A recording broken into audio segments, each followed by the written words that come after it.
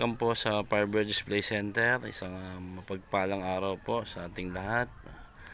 Nagpapasalamat po tayo sa pagkakataon na muli mayroon po tayong available na unit po ngayon na Wrangler. Bali 4x4 po ito na diesel engine. Ang makina po niya is 4D R6 na Mitsubishi po, Fuso. Long body po yung Wrangler na to. Bali pati ho yung mga gulong niya malalaki po siya, mga big tire, pang off-road talaga. Pang farm po siya. Pwede rin po na ipambatak po ito ng mga RV trailer, o kaya may mga yate po kayo, pwede po ito kasi kaya naman ho niyan dalhin, batakin sa laki ng makina. At saka medyo modelo na ho siya, 4D R6 na 4x4. Tingnan po natin yung mga accessories, ipakikita ko po sa inyo. Siguro inahin po natin itong engine bay ng Wrangler na to. Ayan po yung engine bay ng 4D R6 po. Bali naka 24 volts po ito. Bali dalawa po yung battery nya. Ayan. Ito po isa, ito po yung kalawa. Then dito naman po sa gulong, naka mag wheels po siya na ang size po ng gulong is 33 by 12.50 R15 po. Di 15 po yung mags nya. Bali ito po yung rotate nyo lang po ito. Yan, para sa 4 wheel. Yan, yung pinakalock po.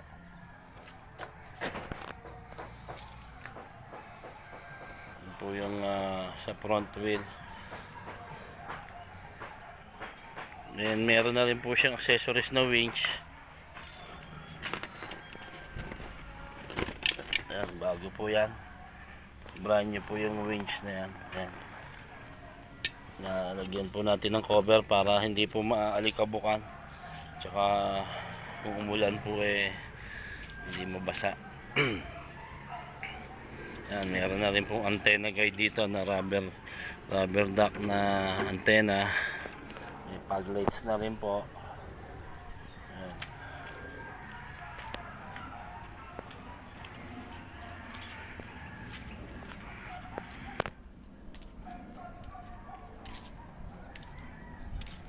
Taas po ito. Yan, kung makikita niyo po, lusot po sa ilalim. Madali pong silipin ng ilalim. Kitang-kita niyo po yung mga kasukasuan po ng unit na ito kasi nakalip po siya na pang off-road po talaga. Ang combination po ng niya is black and red. Yung sa body color po niya. Then sa mga interior po, ganun din. Ayan po yung 2-seater po natin, naka black and red din po yung combination ng seat cover. Then may mga, ayan po yung pinaka roll bar po niya sa taas, paikot po yan. Yung pinaka frame po ng bubong sa ibabaw. Then may dashboard na po siya. Yan, bali sa Kia Pride po yung galing na dashboard na yan. Yan, meron na rin pong car fan. Then ito po yung handbrake. Ayan po yung sa 4-wheel drive na mga shifter.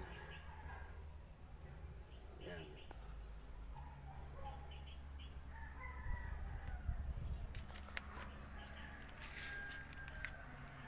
Then ito po sa likod po niya, mapansin niyo marami po siyang bar na talagang yan po. Bali pinasadya po yan, pati po dito sa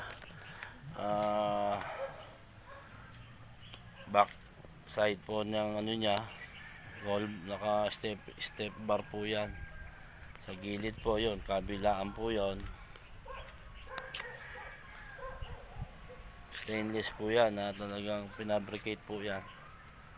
Then ganoon din po ito sa mga nasa ibabaw po sa roll bar po, doon sa frame po ng bubong, stainless po yan. Then yung pula po na nasa ibabaw, yan po yung jack farm. Just in case po bukod sa 4-wheel drive medyo bumuon po yung gulong sa mga putek o malaking bagay din po yan, nagagamit din po yan jack farm. Doon po siya naka mount sa itaas ng roll bar. Then meron na rin po siyang ayan, trailer hook, just in case nga po kung meron kayong mga babataking yate, RV trailer. Yan po. Yan po yung likod niya. Medyo maluwag po yung space sa likod. Sa farm po ito, tamang-tama. Medyo meron kayong farm. Siguro sa tao ho, mga apat both side po. Bali 8 person po, tsaka dalawa sa harap. Naglalaman po ito na 10 person. Then pwede naman pong nakatayo dito sa likod yung mga pwedeng gamitin po ito sa mga eleksyon. Sa mga motorcade. Yan. Medyo advisable din po yan. Mapapakinabangan din po yan. Mas masarap pong gamitin itong mga ganitong local assemble po pag sa kampanyahan.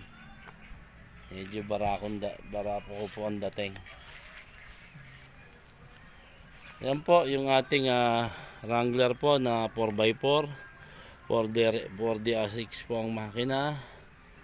Yan po yung mga available units po natin ngayon. Kaya hanggang sa muli po, marami po salamat sa inyo at asahan nyo po na may mga video po tayong pakikita sa mga susunod po nating vlog. Kaya hanggang sa muli po, marami po salamat at God bless po sa ating lahat.